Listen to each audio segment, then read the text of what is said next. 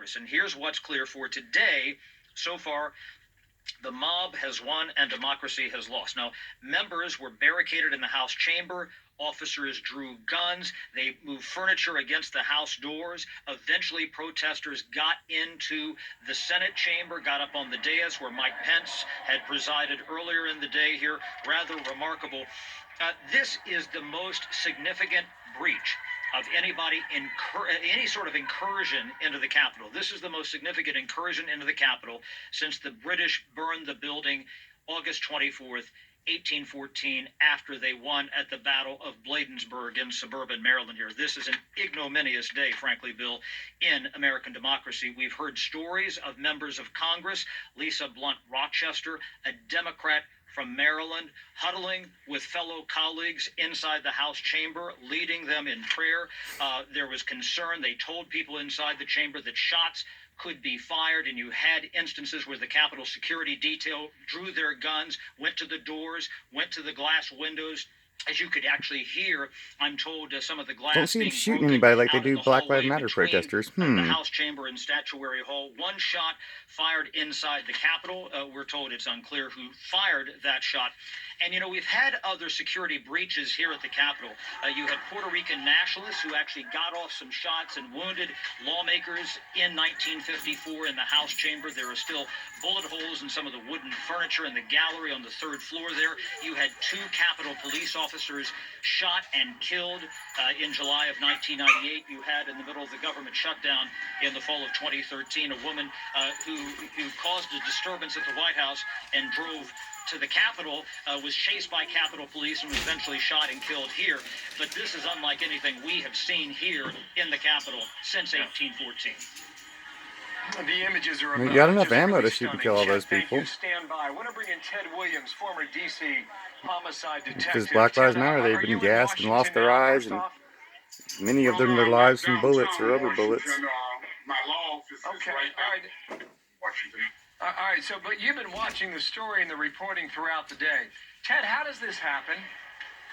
You know, I gotta say this, Bill, and I'm very, but this has to be laid directly to the foot of the President of the United States.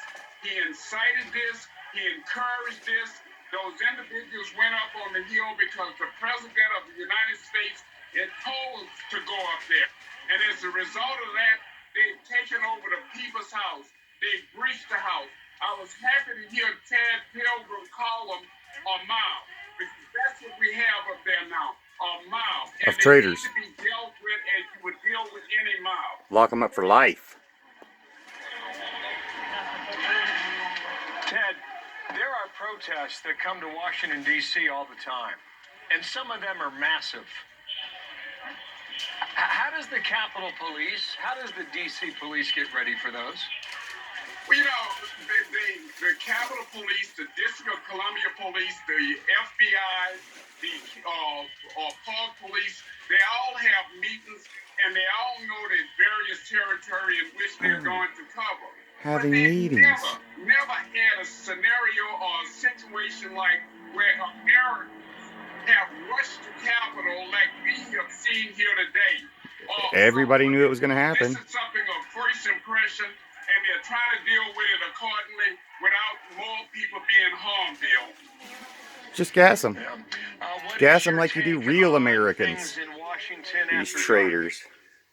There was a situation that we watched several. Yeah, I mean, what happens when the lights go down, Ted? Well, we've seen what happened the last time that the lights went down. There were Proud Boys, at least 4 of them that were stabbed. There were a lot of fights there.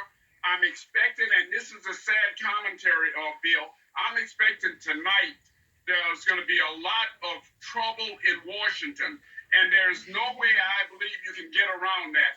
And so all you can do is do what is happening is to bring law enforcement agencies in from other jurisdictions, get the National Guard in there, or try to protect the people and the citizens of that town of Washington, D.C.